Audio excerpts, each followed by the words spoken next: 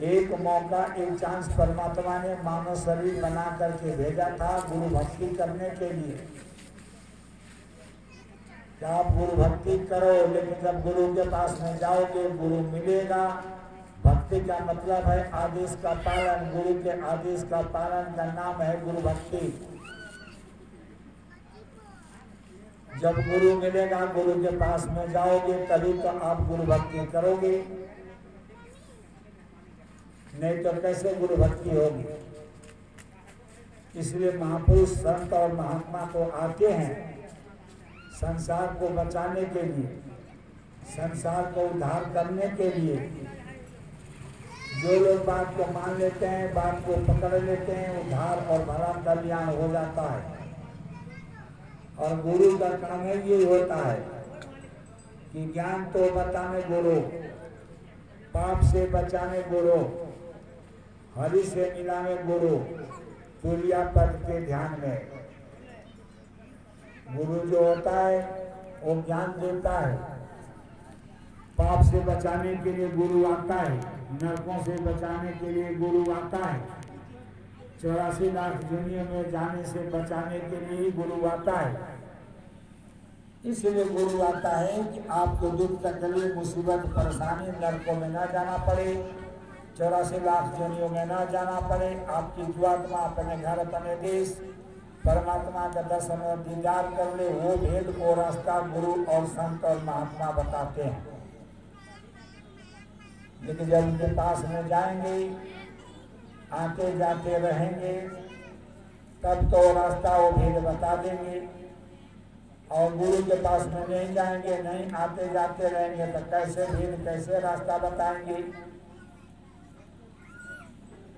एक महात्मा थे, उनका नाम था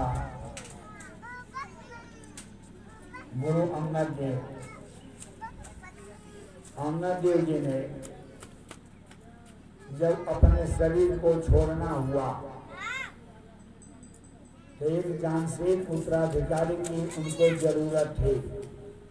एक जानशील, एक उत्तराधिकारी, यानी जो गुरु जाता है तो एक गुरु तैयार करके जाता है कि ये गुरु ये उत्तराधिकारी जीवों का भला, जीवों का कल्याण करेगा। गुरु उत्तराधिकारी बना करके जाता है। तो देखा उत्तराधिकारी कौन होगा, तो उनसे एक लड़की थी बीबी अमरो नाम की। उस लड़की को उन्होंने शादी कर रखी थी। तो जो समधी थे वो गुरु की पूजा नहीं करते थे, गुरु को नहीं मानते थे। वो गंगा मैया की पूजा करते थे, गंगा में स्नान करते थे। लेकिन वहाँ जो पुरुष होते हैं वो जीवात्मा की परख रखते हैं, वो परख लेते हैं। और उन्होंने देखा इनको रास्ते पर लाया जा सकता है, तो गुरु ने भेष बदल करके सन्यासी का रूप बदला और गंगा स्नान करने जा रहे थे, उनके पीछे पीछे चल दिया। थोड़ी दूर गए तो मुलाकात हो गई। आपस में चर्चा करते हुए, आपस में जाते हुए, बातचीत करते करते दोनों आदमी में जानकारी हो गई।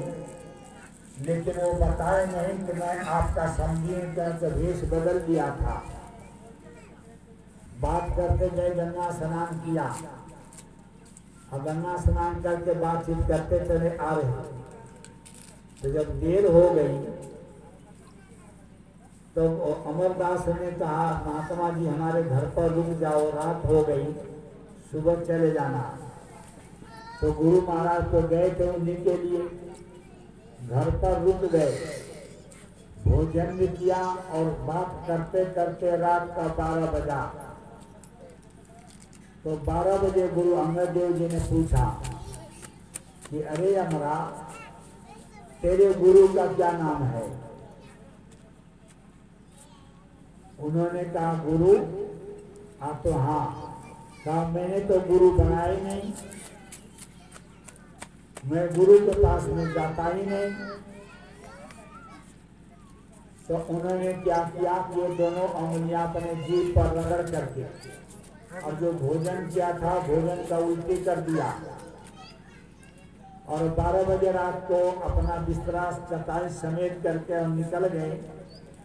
कहने लगे तू गुरु नहीं बनाया, तू निगुड़ा है, तेरे घर का मैं भोजन कर लिया, मेरा साधन भजन नष्ट हो गया। और 12 बजे रात को घर छोड़ करके चले गए। थे तो समझी, लेकिन रूप बदल कर गए थे। समझी ने तो पहचाना नहीं, ये तो पहचानते थे।